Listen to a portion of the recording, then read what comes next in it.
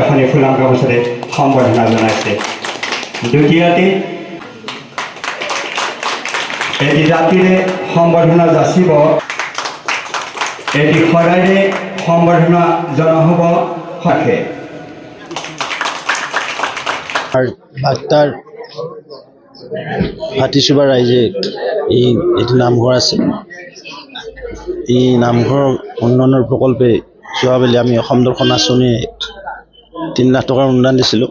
আজি তাৰ শুভ উদ্বোধন কৰা হ'ল আৰু তাত উপস্থিত থাকি নিজকে ধন্য মানিছোঁ, কপালৰ ওচৰত প্ৰাৰ্থনা জনাইছোঁ সকলোৰে মংগল হওক, সকলো সুখে সন্তোষে থাকক।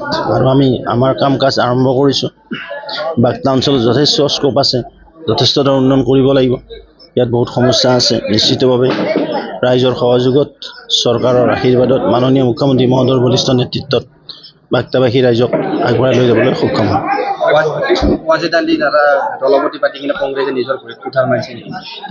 এতিয়াতো কংগ্ৰেছ দলটো আপোনালোকে সকলোৱে জানে এটা বিশেষ সম্প্ৰদায়ৰ দললৈ ৰূপান্তৰ হ'ল।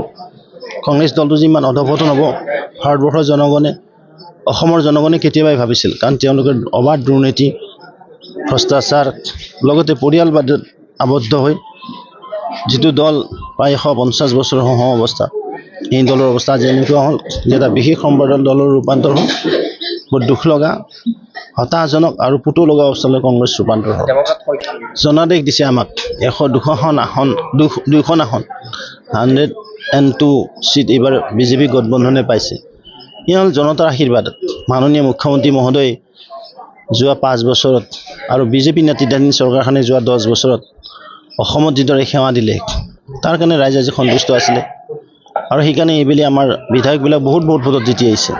এক কমফৰ্টেবল ইলেকশ্যন আছিল আৰু এইটো হৈছিলে যি ডেভেলপমেণ্ট হৈছিল আৰু জনতাৰ ওচৰত যিদৰে চৰকাৰখন আছিল।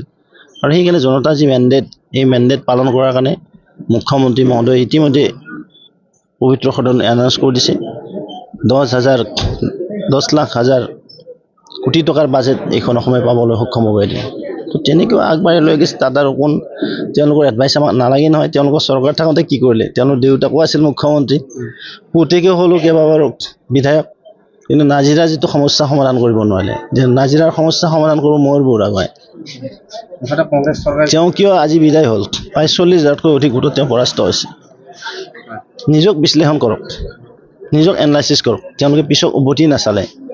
অসমৰ জনগণ, ভাৰতবৰ্ষৰ জনগণে যে কংগ্ৰেছ দলক বিদায় দিছে, তেনেকৈ 3টাকৈ কনজিকিউটিভ টাৰ্মত দিল্লীত তেওঁলোক হাৰি গ'ল। যদি আমি চাওঁ NDA চৰকাৰ নোৱাৰিলে, অসমত 16, 21, 26ত তেওঁলোক হাৰি গ'ল। তাৰপিছতো তেওঁলোকে ক'বলৈ নেৰে। তেনেকৈ কংগ্ৰেছ আজি বিধ্বস্ত হৈ পৰিব।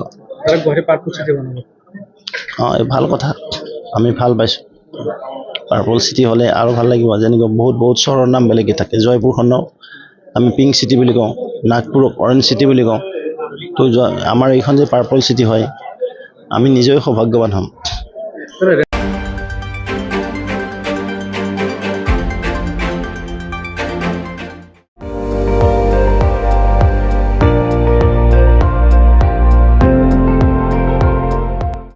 আপুনি চাই আছে ND24, সৰ্বশ্ৰেষ্ঠ নহয়, সৰ্বোত্তমৰ দৌৰত।